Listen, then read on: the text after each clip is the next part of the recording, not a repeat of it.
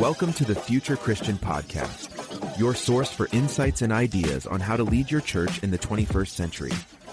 At the Future Christian Podcast, we talk to pastors, authors, and other faith leaders for helpful advice and practical wisdom to help you and your community of faith walk boldly into the future. Whether you're a pastor, church leader, or a passionate member of your faith community, this podcast is designed to challenge, inspire, and equip you with the tools you need for impactful ministry. And now for a little bit about the guest for this episode. Welcome to the Future Christian Podcast. Today, Loren Richmond Jr. is in conversation with Joshua Hayden. Hayden is the co-founder and co-president of Iowa Collaborative, which helps leaders fly high and live low as they lead through change processes in their community. He runs remissioning trainings through Iowa Collaborative across various denominational, non-denominational, and global networks. Hayden is the senior pastor at First Baptist Church in Ashland, Virginia. He has worked and led in nonprofit organizations, church plants, and established churches.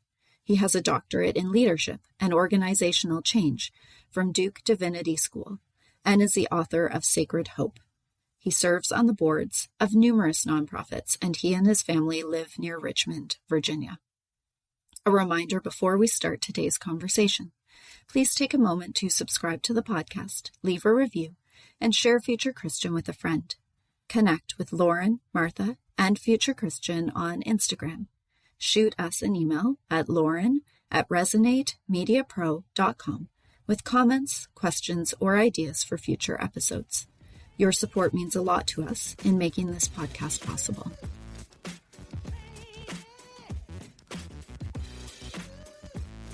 Hello, welcome to the Future Christian Podcast. This is Loren Richmond Jr., and today I'm pleased to be welcoming Reverend Dr. Josh Hayden to the show. Hello. Hey, Loren. So glad to be here with you. Hey, glad to have this conversation with you. Share if you would, anything about yourself and, what's going on? Yeah. Well, I've been pastoring for about 20 years. The first 11 years I was in a church plant, and now I've been in a very established church for over 10, helping remission an existing church. And to be honest, the last 3 years of pastoring have probably been the most joy-filled years of pastoring I've ever had in ministry. My wife Shay and I, we met in high school, dated, went to separate schools, had 2 kiddos. My youngest son is big into track. My oldest son, Rowan, was actually an amazing soccer referee, but he passed away earlier this year, really suddenly at the start of 2025 to the flu. It's been incredibly devastating. As you can imagine, we've kind of occupied a space somewhere between the beauty of the world and community and support and just devastating heartache. But we've had a lot of folks that have walked on this journey with us. I feel really thankful in the midst of such deep sorrow to have an incredible community to support us.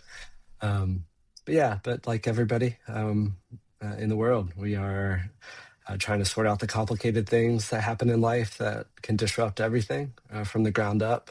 Mm-hmm. And somehow in the middle of all that, we sense God's presence with us amidst our heartache and grief. So along with pastoring, I also did a lot of work helping remission established churches all around the country in the U.S. and also work with Church of England, Church of Scotland, and rural church planning networks and remissioning networks. And so, just feel really fortunate to get to do what I do. Yeah. Thanks for sharing all that. I especially appreciate just sharing that real vulnerability with our listeners. My heart goes out to you, and I'll be praying for you like we talked about. And for listeners, even if you want to just pause this episode and say a prayer for Josh and his family, I just pray God's peace and that presence that passes all understanding be with you and your family. Thanks so much, Loren. I really, really appreciate it. And I think sometimes when people hop on podcasts and hear this interview great folks, sometimes it could be easy for us to think that their life behind the scenes is everything's okay. But I think it's important to know that even when you publish a book and get to do creative work, the messiness of life still happens to all of us. And so I appreciate the opportunity to share a little bit of what the real part of my life is like. Yeah. I am impressed, I guess, if I can change the energy somewhat. Like, you've met your wife in high school, and then, like, were you dating in high school? Yeah. So Shay was a year ahead of me in school. So she graduated, went to a school in the southwest part of Virginia Tech, and then I graduated a year later. I went to James Madison University, and we stayed dating through all of that time, separate colleges, and we actually both did a lot of work with Young Life at the time when we were in college, and at the time, actually, her only sister had been in a pretty devastating car accident, and so. Sometimes you have these experiences that you're not sure if they're going to make you or break you. And for us, it made us kind of in the midst of that hardship and suffering. It brought us closer together and, helped us to work through and wrestle with our faith a lot, what it means to trust God in the middle of hard things. And, clearly we've had other hard things still happen in our lives, but, the way that sometimes grief and sorrow works is that even in the midst of hard stuff, the muscles you grow in that time, they're not wasted. And so you learn how to, keep facing the things that happen in life. So, high school sweethearts, not usually the way I like to talk about it because it always sounds a little cheesy, but it's the truth. And love Shay. She's such a gift. Yeah. Wow. I want to ask, and feel free to pass on this. Sure. And answer generically if you want to. I mean, you're in this, like, are you, and again, I want to respect your boundaries here, so share if you want to pass, like, is there a devotional or spiritual practice that's just been supportive for you right now, for your family? I don't know. Yeah, there's two. I'll share one that's been helpful for my family, and then I'll share one that's been helpful for me personally, and then maybe some categories, some buckets that have been helpful. For us as a family, kind of being present, so having so much proximity to suffering and hardship, it's been really important for us to pay attention to beauty, to be reminded that there are good things, beautiful things, ways that God is at work in relationships in the world. So after Rowan died, we actually, every day for weeks, we would either walk out to see the sunrise or the sunset together, or go look for one of our favorite birds in the woods or something where we could be reminded of the beauty of God. And so, it hasn't quite been a year yet, but we still do something like this. Every day, one of us will text a picture to each other just to be reminded that there's beauty and goodness in the world.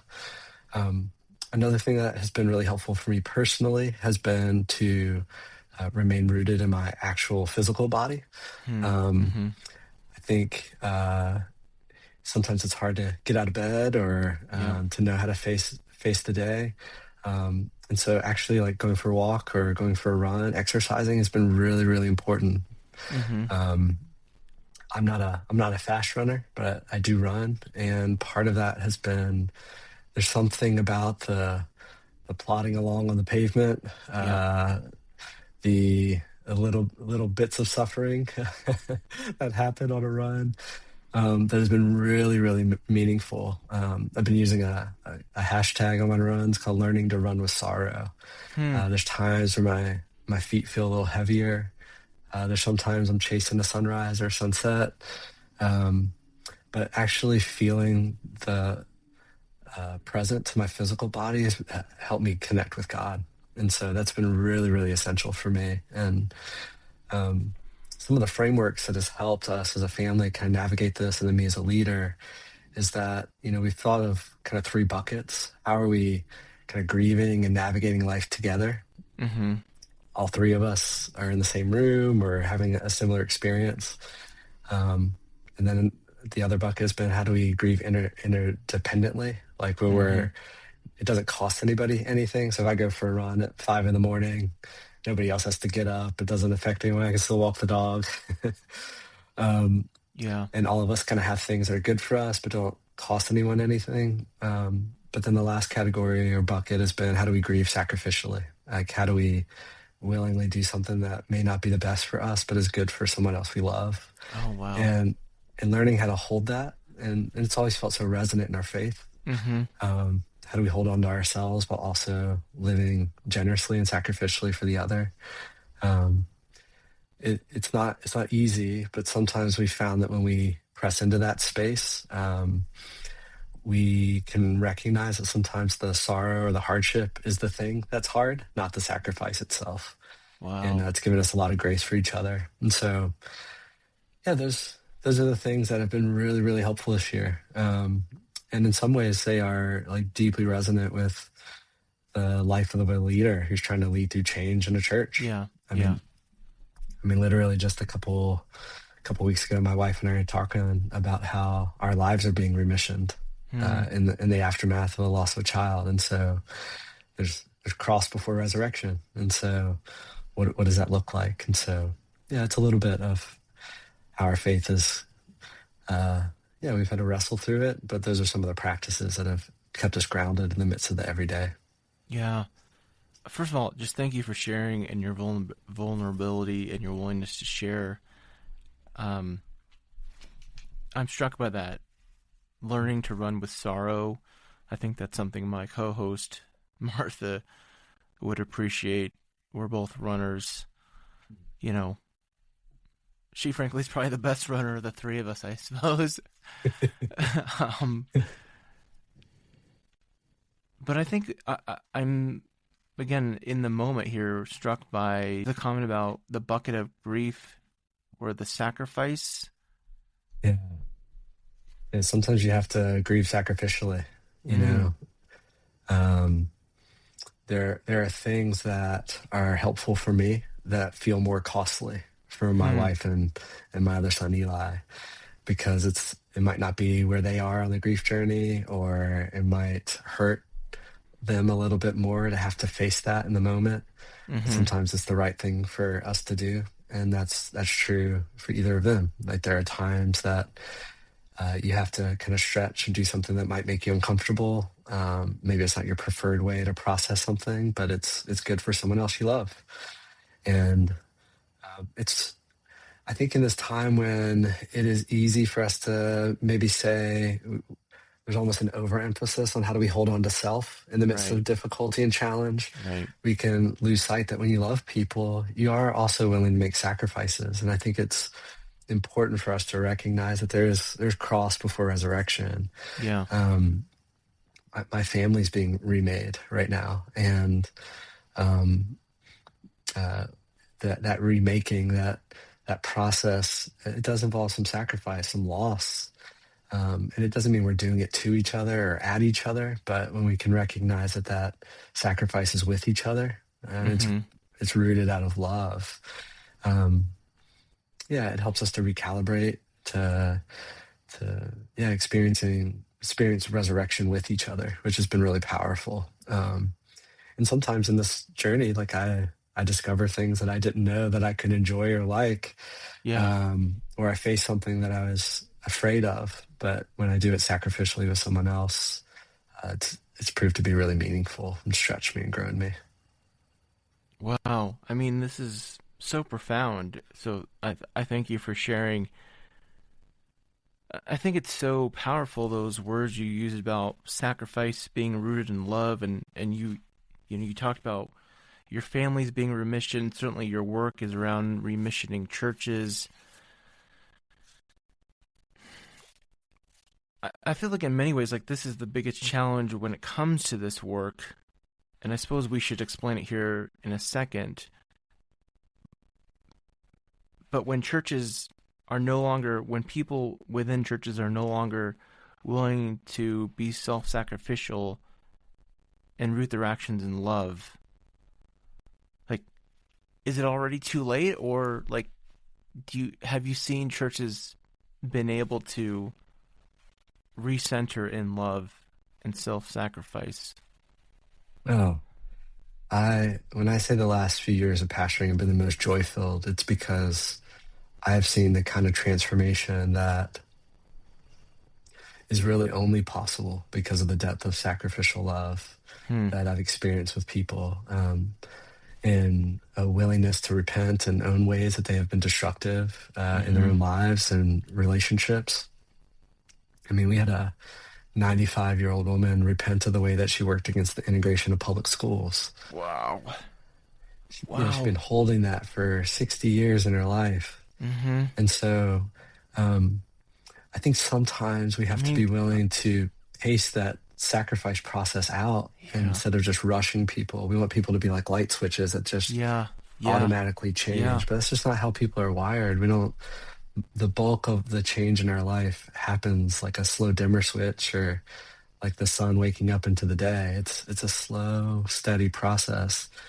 But I have definitely seen this happen in churches, not just my own church, but in churches that I work with.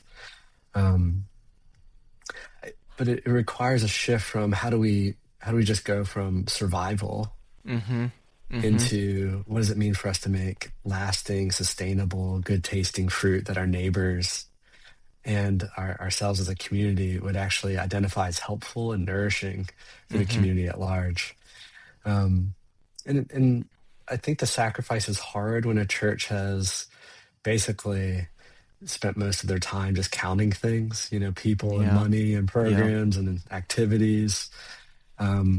But when we begin to recalibrate our understanding of what kind of sacrifices are necessary so that we can make disciples who reflect the life of Jesus, and how do we grow people to imitate Jesus over the course of their lives, I actually think that people surprisingly really want a life that is meaningful. They are willing to change the way that they see people, the way they live, as long as there's a reasonable amount of expectation that they can grow into that, forming new habits. That it just doesn't happen in a day.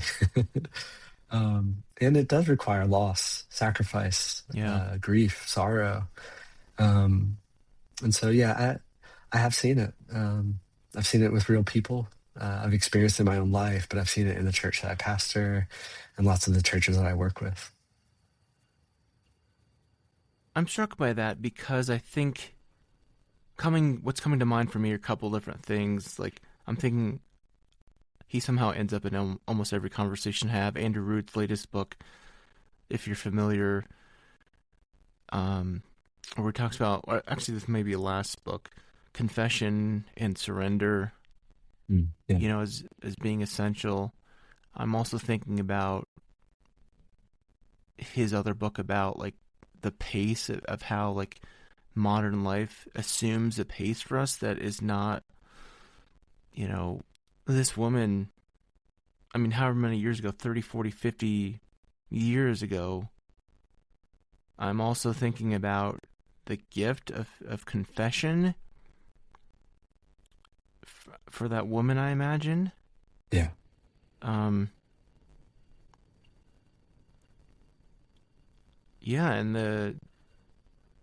wow, so much good stuff here. I'm not even sure what to respond to, but the sacrifice is hard when the focus is on counting. Yeah. And what happens when we are willing to kind of give room and space for process, for people to actually be on a journey of discovery together. And we make room for confession and repentance, but also room for resurrection and restoration. It actually helps people to see things that they previously couldn't see. So like in my context, that same family also became aware, because in a season where people were trying to remove me as pastor because of how much work we were doing interculturally around race. And so that led to a space of repentance within our congregation. What happened next is that we discovered other patterns where basically generationally people had been trying to remove the pastor, and had been passed down through families. Because they had been discipled that way. And so this work, it takes a while. It takes time to actually excavate, to exegete who we are at the deepest levels, to understand our history and the rhythms that make us work. And so that sacrifice is worth it. But it means that uh, what I've discovered is that if leaders are unwilling to go through that same level of sacrifice and struggle that they're asking their churches to consider in change processes, Mm-hmm. then the church experiences their leaders, their pastors, as just someone who, well, they're just trying to check a box. They just want to change something because they got to shake it up a little bit, or this is their preference. They're just trying to get their own way. But if we want folks to be invited into this deep level of kind of life, death, and resurrection of Jesus, to find themselves wrapped up in that story, then they need to see us as leaders experiencing that same depth of transformation. And then we invite people into that process with us. And so it's really compelling to see how people translate that work into other parts of their lives. And so, and ultimately, I don't want it to just be good for their lives, but we want it to be good for the neighborhoods, the Right. community that our churches are situated in. So, yeah, I think for the challenge of our kind of postmodern or post-postmodern situation is that sometimes we leave the sacrifice element out of the story. And I don't Yeah. mean to get into it in a like substitutionary or penal substitutionary atonement theory. It's not even about that. There is an element that in order for any change to happen, you have to like die to a version of self. Every time you learn something new, your horizon expands. You have to no longer see the world in a small way. It has to grow bigger. You want to Right. be a faster runner? It's costly. You have to run hills. You have to run faster in smaller segments. And so you can learn to run faster for longer segments. It's not a bad thing. It's just, but it is loss. It is Yeah. grief. And I think it's a bit contrary to our kind of modern American sensibilities that we have to give up Absolutely. something in order to grow. And that's not just a Christian thing. It's a human thing in this context in the United States, especially. Yeah. Well, you've shared so much good, rich content here and thoughts. I suppose we should, we're talking about Josh's book, Remissioning Church, a field guide to bringing a congregation back to life. And I think I should have you explain what you mean by that word remissioning and why you've chosen that over a revitalization. So talk more about that if you can. Yeah, absolutely. I think this is one of the most important questions we can ask in thinking about um, what do we really mean about change processes and a church that's flourishing and for good of a community.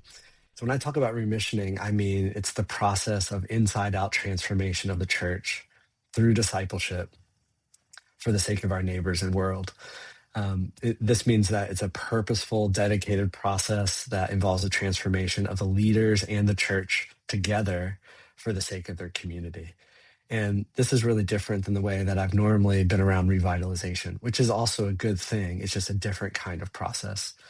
Revitalization is often refreshing an existing church to do its current work with more clarity and usually with the goal of growth. Mm-hmm. To revitalize something is to work harder and smarter and more efficiently on existing programs and events to help a church increase in relevance to its community. But a remissioning church is wrestling with a different set of questions and principles. A remissioning church is asking, if our people gathered into our building and the building fell into a sinkhole, would our community even notice that we're gone? Mm-hmm.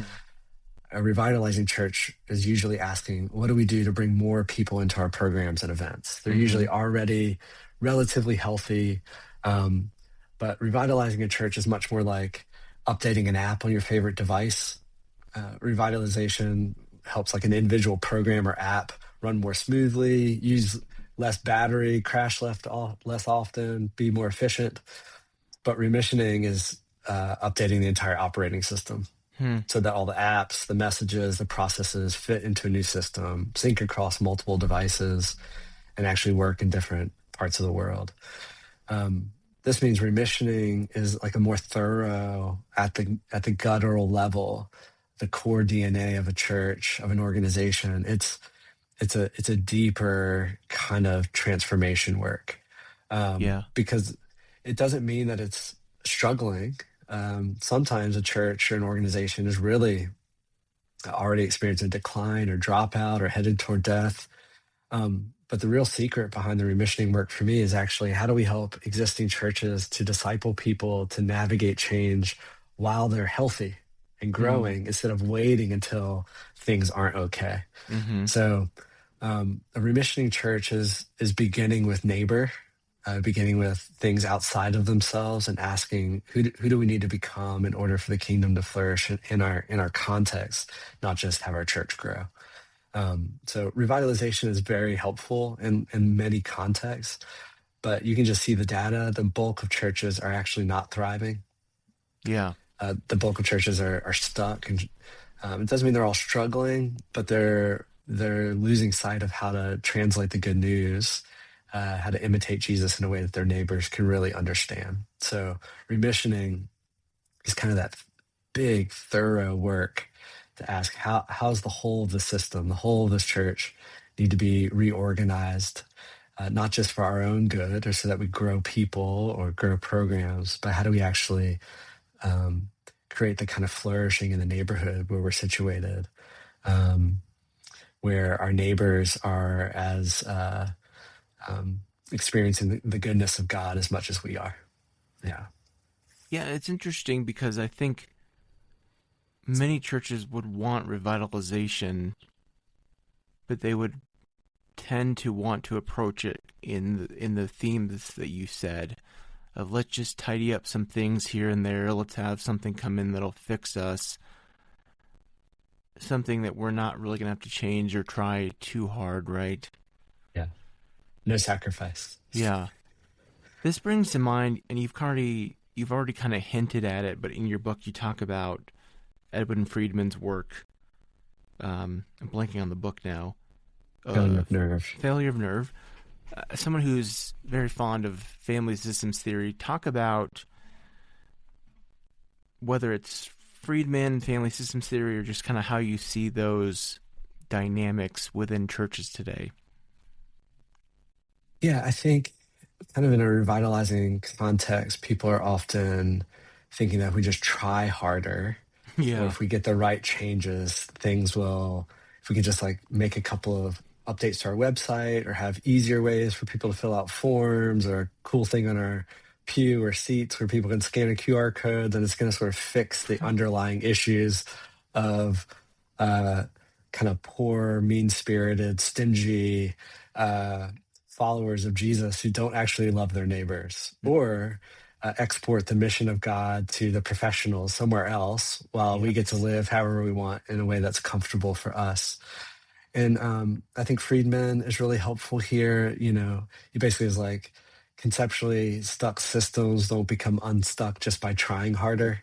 Yes. And I would add, they also don't become unstuck with like a flashier church sign. Are you sure? Because I'm convinced that an LED church sign is what every church that's struggling needs. I talk a little bit about this in the book, but there's a church near me that has a really flashy LED sign, but doesn't have a website. Oh. Which basically means that they are banking on people driving by on this country road to find them. Oh. And yeah, it's really unfortunate. But they're not the only church that thinks this way. Like there's a silver bullet, there's an easy fix, right. And I think part of what Friedman articulates is that people don't change until basically the pain of staying becomes greater than the pain of going. Right. But I'm wondering if part of why I think remissioning a church rather than revitalizing it is so important is because I'm wondering maybe the challenge is that we haven't been discipling people to understand that this isn't a one-time embrace the cross as a pathway to new life. It is a perpetual way of following Jesus. St. Benedict says you have to keep death daily before your eyes. I'm wondering, can we disciple people who are basically willing to embrace the cross in their everyday existence, recognizing that resurrection doesn't happen in our church or in our community without some element of death? Yeah. the phrase that I thought I was creating at the time was creative destruction. When I was doing my doctoral work, I thought I was making up this term infused by Pseudo-Dionysius's way of talking about God as luminous darkness. I thought I was kind of doing a faithful translation of him. I had no idea it was an economics term, so this English major had to do a lot of reading about economics. And you might have seen actually that the Nobel Prize in economics this year was around this theme of creative destruction as a positive thing instead of a negative thing. And the idea of creative destruction is, how do we intentionally embrace the cross as a pathway to new life? Normally in an industry, this happens to someone. Mm-hmm. So if you think of like a cassette company, when CDs were created, CDs made cassettes unnecessary, outdated. And then after CDs, you've got MP3 players, and then who has MP3 players anymore? You remember? I think my first MP3 player could hold 6 songs on it. I think it was like I feel like mine was under a gig. That's for sure. Yeah. Mine was like 500 megabytes. I think. Yeah, my something first like one. that. Yeah. And so normally, we think about those things happening to an industry. CDs happen to cassettes. But what if actually a church learned to embrace the cross as a pathway to new life, where instead of seeing ourselves as so completely tied to our methodologies, we were faithful stewards and translators of the mission that God's inviting us into all the time? What if we could disciple people to say to new leaders or younger generations, instead of saying to them, "That's not how we do things here"? What if we actually could disciple people to say, "Hey, we're going to be uncomfortable sometimes, but we realize that we have to faithfully translate the gospel, the good news. We need to live on mission in a way that is good for the following generations, so that we could stop passing on this hesitancy, this resistance, and instead pass on a deeper commitment to love God and neighbor in the fullest extent that we can." Yeah. I know that I would love to pass that on to the next generation of people, but I know that it's hard because it involves that there are things already, just even the way some of the younger staff in my church use AI to create things. I was like, I just would have literally never thought of that. It's so helpful to be disrupted, but it is uncomfortable. Right. It requires something of me too. Yeah. So Friedman, I think, is helping us to recognize that just these technical changes, flashy things on the surface, is not the deep kind of soul work that's necessary for an organization to experience change. Yeah, I'm thinking of my past conversation with Angela Gorell, where we talk about the acute pain versus chronic pain, how we're so often willing to live with chronic pain, but not what scares us is the acute pain. I'm struck by your point about discipleship and this idea that the life of faith is hard.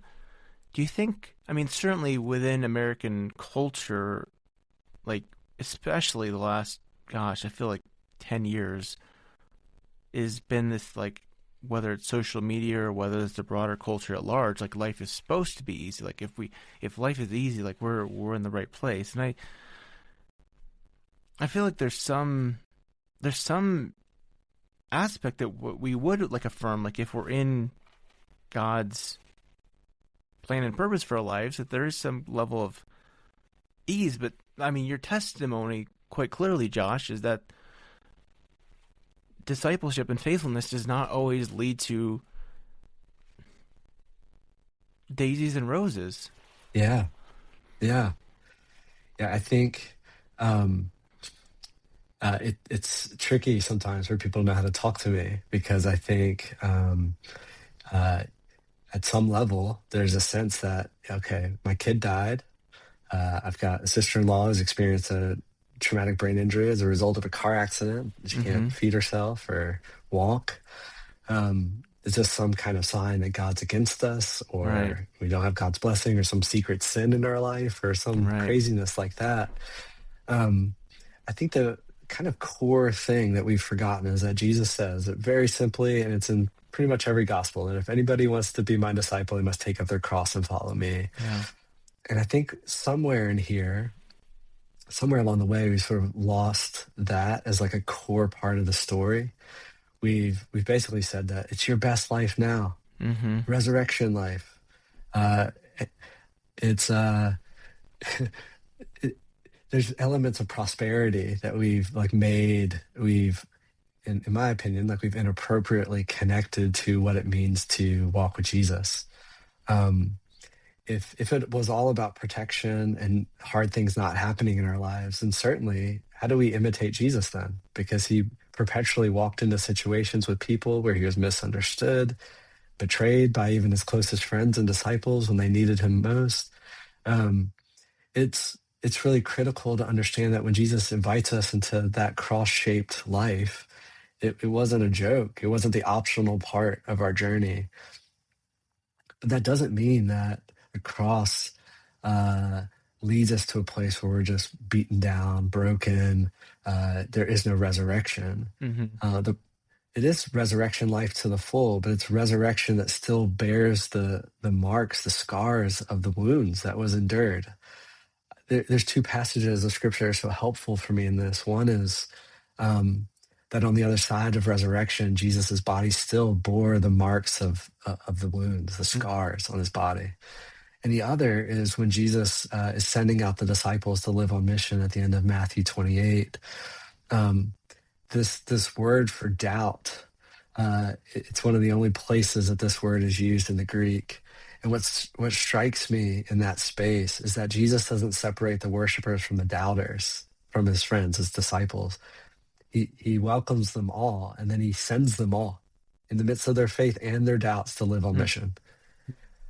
And we don't have to get to this place where it's all together. And I think sometimes in our American context, especially, we have sort of lifted up a certainty of belief as if that is all that God's interested in. We've lost room for mystery. Yeah. Or we have kind of bought into some of the mythology of our kind of cultural context where the goal is to obey our thirst, have our best life now. And so there's we've been real, so I'll just be real. I trust God more knowing that he has experienced death than before when I held my kid and he died. And so there's an element of witness, of suffering that I understand now at a deeper level in my bones. Yeah. I wish that I didn't have to experience it or know it. It's devastating. Yeah. But there's this deep sense that I actually trust God more in the unknowing and that mystery of suffering, that cross that will shape the rest of my life of having held my kid as he died. And so I do think that when we have made suffering and death so far from us, it's difficult for us to really embrace that in our churches, because we really, we call funeral celebrations of life. Right. It's difficult for us to really believe that somehow God suffers with us. Yeah. So that's a little more real and personal than I always bring this to. But there is an element of trust for me in believing in the goodness of God, because God has suffered and died like people I love have suffered and died. I'm thinking that's powerful. Yeah. I'm thinking too, I'm not sure if your church or tradition practices, the more liturgical elements of the Christian year, but I'm thinking as we're recording this, we're in the second week of Advent. And Advent is about the now or the already and the not yet. And I guess what strikes me in that, what hits me in that is your life is testament there's a not yet, you know.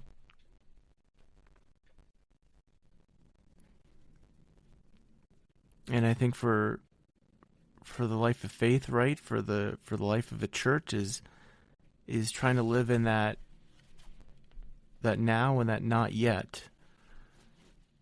If I'm hearing you right, at least. Yeah. I think, what's the phrase? Like, sometimes we're so heavenly minded that we're no earthly good. Right. The not yet is the reason why sacrifice and the cross is necessary. If it was all sorted out, it was all done, and it's not because we're saving each other, but because Jesus and God, for whatever creative, beautiful, and probably slightly crazy reason, invites human beings to participate as citizens of the kingdom. We are participating in the already and the not yet, in the fullness of our bodies, in our relationships, and our communities. We have incredible breakthroughs where people work towards the flourishing of the neighborhood, integration of relationships, intercultural wholeness.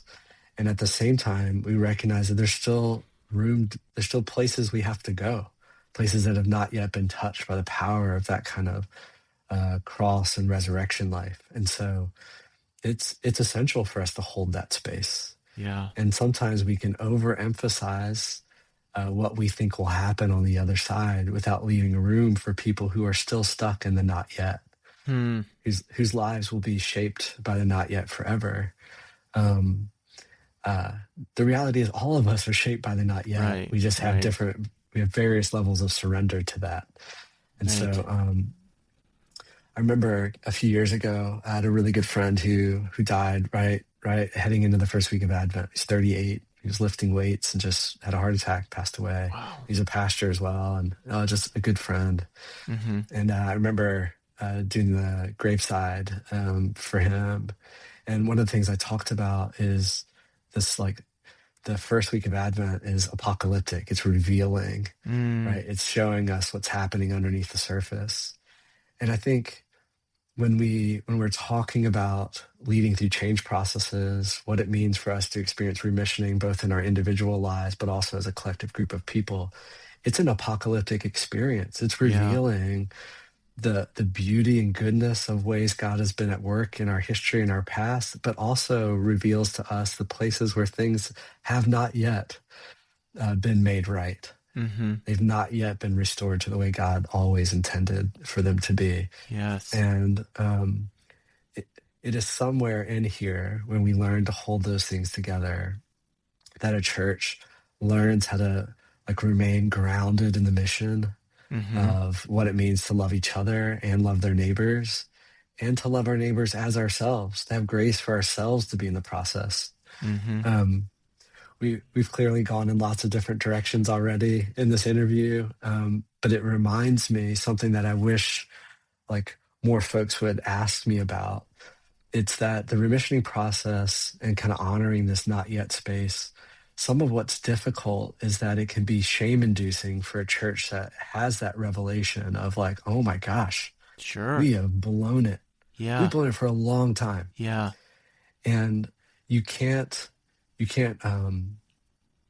some leaders try to save them from that experience, when it is often the exact cross that they need to die on, to aversion to themselves, so that resurrection is possible. Yes.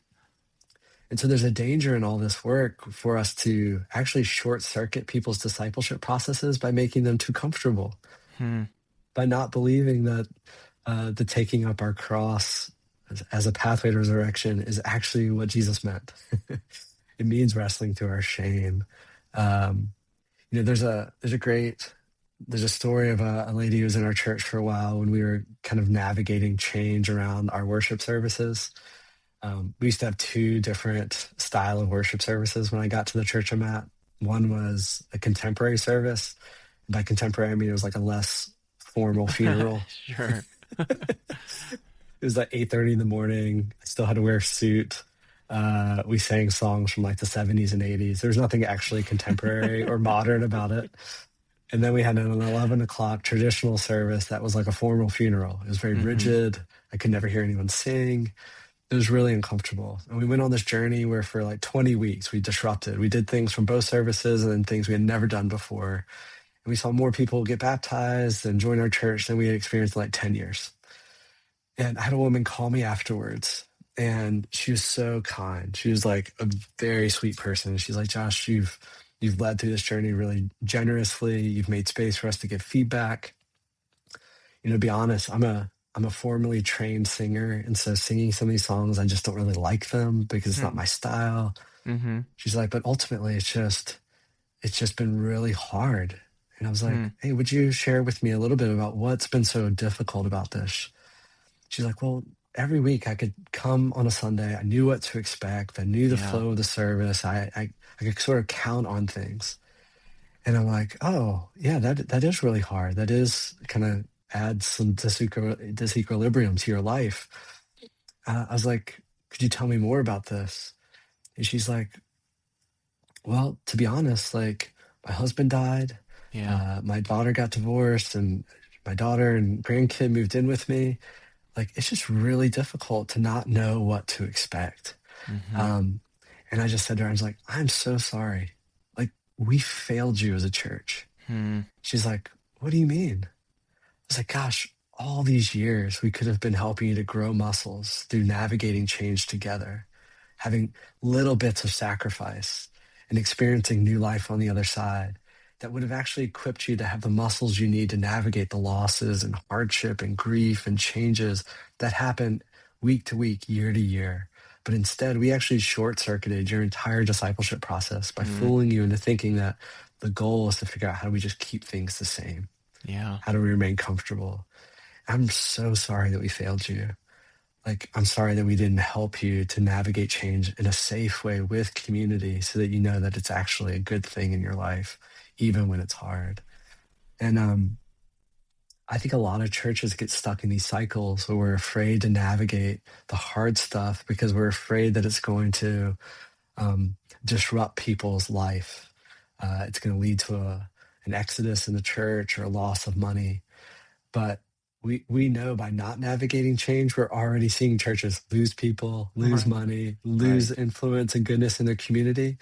And I think a big part of it is because we've dropped the cross part, the cross-shaped part of our discipleship with people. Yep, that's that acute versus chronic pain for sure. Yeah. Well, this has been such a rich conversation. I feel like we should move on to some closing questions. Yeah. And I have to give a shout out to my favorite family systems teacher, Jack Chitama, who, if you don't follow his work, you should, listeners too. But he always says, all change is loss. And it's so true. Let's do these closing questions, and I feel like this has been such a heavy conversation, so feel free to stay on theme, or if you want to take these somewhat unseriously, that'll be fine too. If you're Pope for a day, what might that day look like for you? Wow, that is a fantastic question, and I'll be gentle with this since my wife and her family is very Catholic, and so I'll be sensitive to how I answer this question. I think for me, if I was Pope for a day, I'd want to go visit some of the places where the church is growing in some of the poorest countries in the world and have a chance to just bear witness to how the Spirit is breaking in. And then I would love an opportunity to see whatever amazing writings Henry Nouwen and Thomas Merton have hidden somewhere around and see if there's like some secret vault of, recordings or things like that. But I think it would be really special to just make a visit to a country and a place I've never been to and just see how the church is growing amongst some of the poorest communities on the planet, but who are experiencing the deep joy of God. I think that would be really powerful. Yeah, speaking of things that don't compute right with American Christianity, like the idea that someone can be destitute but also feeling blessed Oh, Like, that does not compute with American Christianity, yes. broadly speaking. Absolutely. A theologian or historical Christian figure you'd want to meet or bring back to life? Wow. I think one of the people I'd love to meet that's alive right now is Rowan Williams, former Archbishop of Canterbury. My oldest son, Rowan, who passed away, was named after his influence. I appreciate the depth and creativity, his appreciation of the Desert Fathers and Mothers, and the place that he makes like room for doubt as a part of our Christian journey. And so he's a person I'd love to meet. And then Henry Nouwen would probably be the other one. Sure. Yeah. Yeah. His writings have had an incredibly profound influence in my day-to-day existence. Yeah. Yeah. What do you think history will remember from our current time and place? Yeah. I think that one of the shadow sides that it will remember is our inability to slow down enough to actually listen to each other and believe the way that one another describes the pain that we experience as a result of how we treat one another. I think there'll be some harsh judgment that with all these tools available to us to connect virtually, in person, relationally, that we haven't always slowed down to really hear one another and the depth of pain and brokenness that exists in relationships. I also think that we will see this as a time where the church is being broken and made new. I do think that this is the beginning of a kind of deep dying period where resurrection will be on our horizon. I don't know that I'll get to experience it, but I sense that I'm right now helping plant trees whose shade I might not enjoy. Yeah. But I do find deep meaning in knowing that I'm putting some seeds in the ground. I mean, I think it connects with your broader work. Like, again, we have this idea that transformation is instantaneous, and that's just not how it works. Yeah. I mean, I guess you've kind of hinted at it there already. What do you hope for the future of Christianity? I would love it if, in the ways that we think about exegeting scripture, that we were as willing to spend the time exegeting our churches and neighborhoods. What would it look like for us to not just think about remissioning and leading through change, because it's not like, how do we scratch this itch, or because we're bored, how do we just do something different? But what does it look like for us to pay attention to the multiple kinds of people in our community? What are the places and rituals and practices, the values, the dreams, the fears, like between who our churches are and who our neighbors are? And then how do we identify those gaps and wrestle with it together? I hope that we spend more time exegeting relationships and people, and not just spending the bulk of our time worrying about beliefs, but do that deep listening work with each other. Yeah. Well, the book is Remissioning Church, a field guide to bringing a congregation back to life.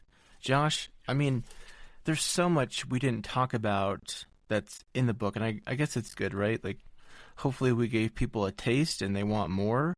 But I'm really grateful for this conversation. I pray that, for you and your family, I pray it's been a blessing to you. And we always leave folks with a word of peace, and certainly we mean it today. May God's peace be with you. Thanks so much, Loren. It's been a joy to be with you. And thanks for making space for real, very, very real conversation. It means a lot.